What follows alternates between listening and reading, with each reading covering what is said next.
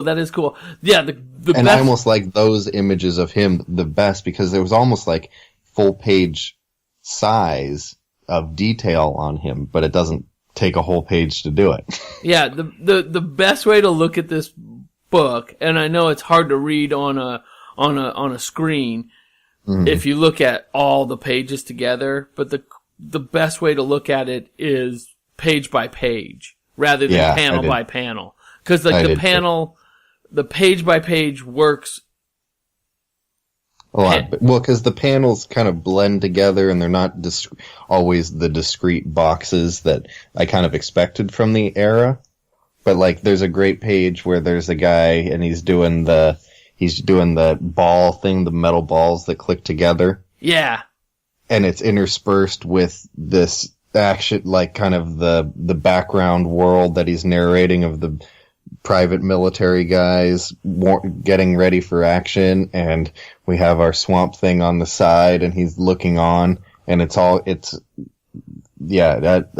really cool page. And then he does sort of I don't know what the right word for it is, like metaphorical, like grabbing, like he stops one of the balls and it jangles all the other balls. Yeah, in such a way. The art really told the story on that one. Yeah, the art tells the story here. The art tells the story here a lot, but the story is very complex. Yeah, it was definitely hard to follow, partially because there was so much that was calling back to maybe characters that I didn't know. Like, there's a lot of humans who are like, I don't really know what their involvement is with the Swamp Thing. I don't really know why these people want to destroy the Swamp Thing. I don't really know the Swamp Thing's motivation. And there's so many things I don't know, but they're not quite hooks. Right. And like, usually I love things I don't know because then I want to figure them out. But these ones, it's like I've already missed it. This is the challenge of picking up an issue at issue 20 with somebody like, we're doing something completely new, and like, maybe if they gave this a 10-year break or something, but this was right after something, and we're like, the Swamp Thing isn't a new character, the Swamp Thing is an existing character. And he has existing people in his life, and one of those people is this woman, Elizabeth, and her boyfriend, Dennis, who isn't quite her boyfriend, and like, there's issues there. And we have to pick up the pieces of her life where she's waking up to this day after some event that we'd had no recollection to. You know, it's very disjointed, and poor Alan Moore had the heavy lifting to get all of this out of the way. Yeah. But I was able to get pieces I'd really enjoy, but it wasn't like it was a seamless book. Like, I had to find the moments to really enjoy. Like, there were a lot of cool things where, like, in the dialogue, a word would be italicized or bolded, and it would be like darkness or shadows, or like where the two humans talking, like they had just crashed their car, and they're talking about how they're leaving someone behind, and he wants to move to Miami and she wants to stay in the shadows, kind of thing.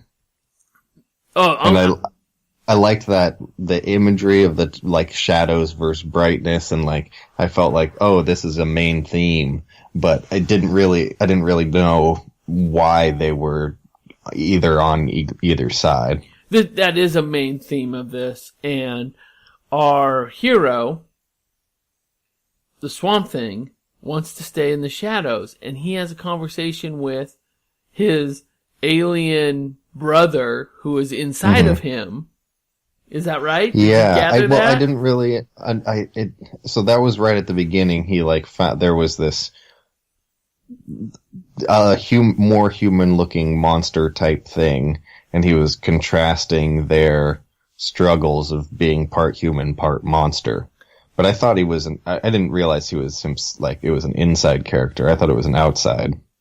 Well, from what I understand and what I can remember of reading these 12 issues, I want to say it's 12 issues, Alan Moore's run, is he is, I think the guy's name is Alex Halden. And, and that's his alter ego, but he never gets to be Alex. He's always... Oh, interesting. It's like the Hulk and Bruce Banner, but he's stuck as the Hulk. Right. If I kind of remember that.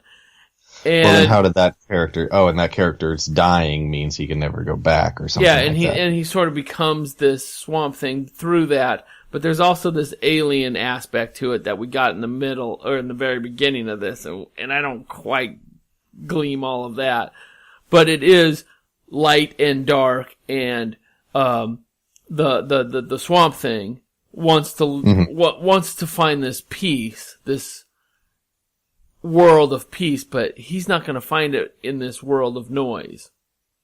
Okay, yeah. Well, and so I know he's like a superhero type character, but I don't know what his powers are or what his weaknesses are, or, you know, like maybe he actually like powers up in the darkness, or like he has some kind of interesting power ability that I'm just not really aware. At one point when the guys are shooting at him, he's like, I can withstand the bullets, but I don't really know what, like how much, or, you know what I mean? Yeah. He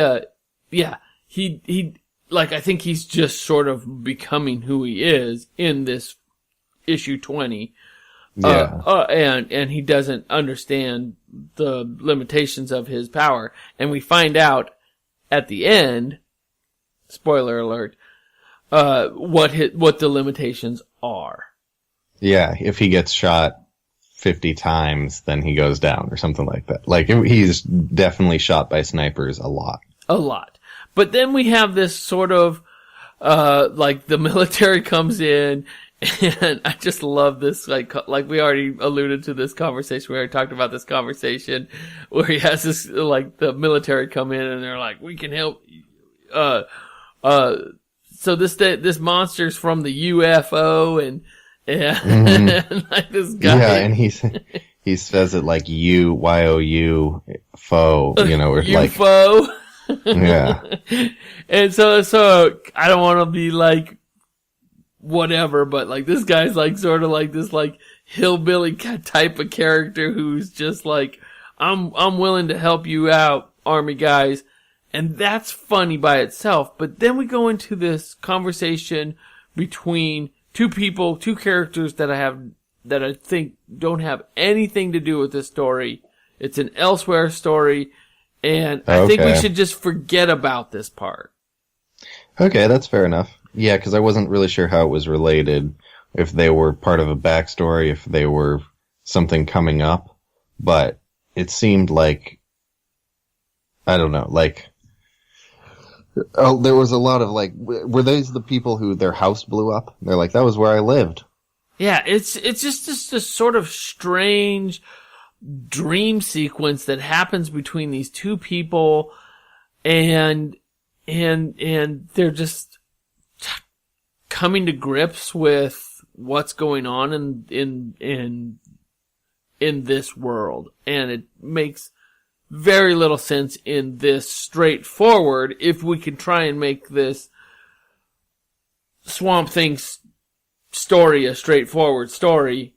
Mm-hmm. Here are the military, they want to shut him down, and I feel like the Elizabeth and Dennis story, Elizabeth is going to be on the side of our Swamp Thing, because she is free and wants to be. She likes the shadows. She likes the shadows, but these two other characters, not a lot going on in this story.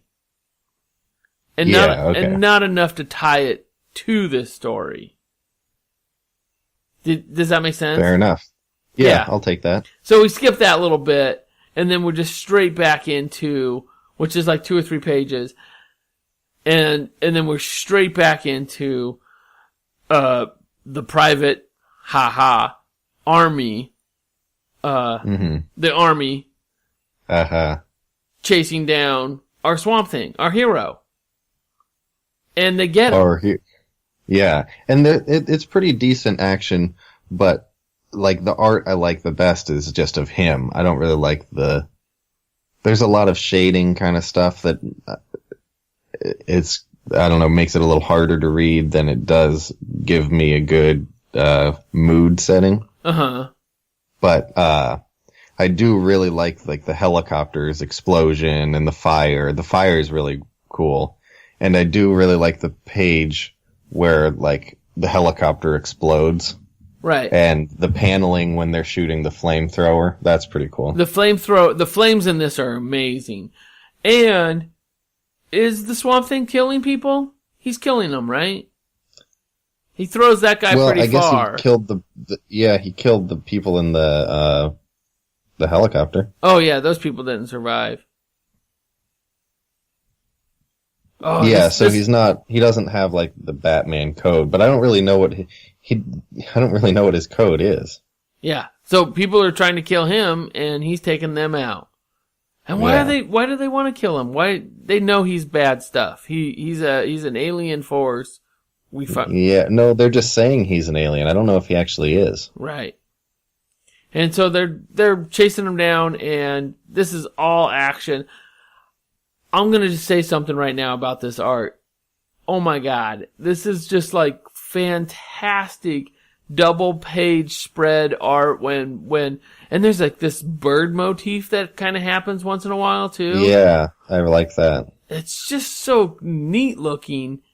I can't follow the story as closely as it's not as linear as I would hope.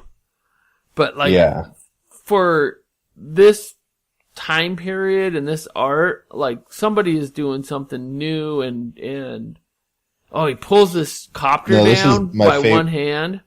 From this time period, this is my favorite art that I've seen. It's just so cool. I mean, like, this is just so far beyond its, like, time. I mean, like, the action and the colors and, yeah. Yeah, so going in, I was thinking that I was going to really love it for the plot, but it ended up being the art. Yeah. The art that got me. And it's the army that gets our Swamp Thing in the end. Yeah.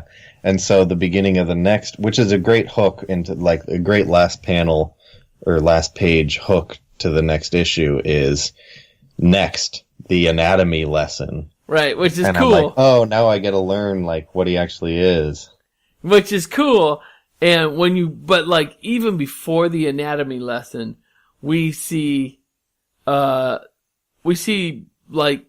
the Swamp Thing getting shot and killed. I mean, he gets one through that, like right between the eyes.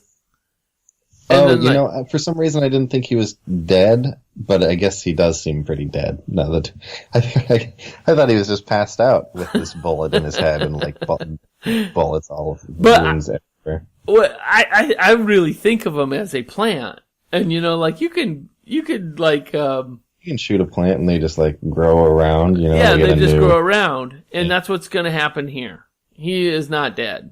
I don't think he's dead. He's gonna come alive on the table. Well, and otherwise, what would the rest of the issues be? Yeah. Unless they had to kill him to bring some new Swamp Thing back or something. Yeah.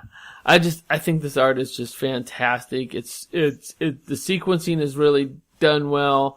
I wish the story was more clear. Yeah, me too. And so it's funny, most of the time, like a good comic will make me want to read the next one, but this one almost made me want to read the earlier ones more. Maybe me too. I read, like I said, I know that this is just like, when you're new to comics, and this was me being new to comics when I read this full 12 issues. You hear a podcast or you hear the guys at the shop talking, and like, this is like the comic you should read. This is the Alan Moore stuff, and and so you read it, and you don't quite get it all, but you've read it all. Yeah, exactly. And I've read it all, and I just loved it all, but at the same time, I didn't get it all. Yeah, like I am probably going to read more of it, but more out of like if it wasn't so famous, I probably wouldn't. Right. This is an easily, like, forgettable comic, and there's so many, like,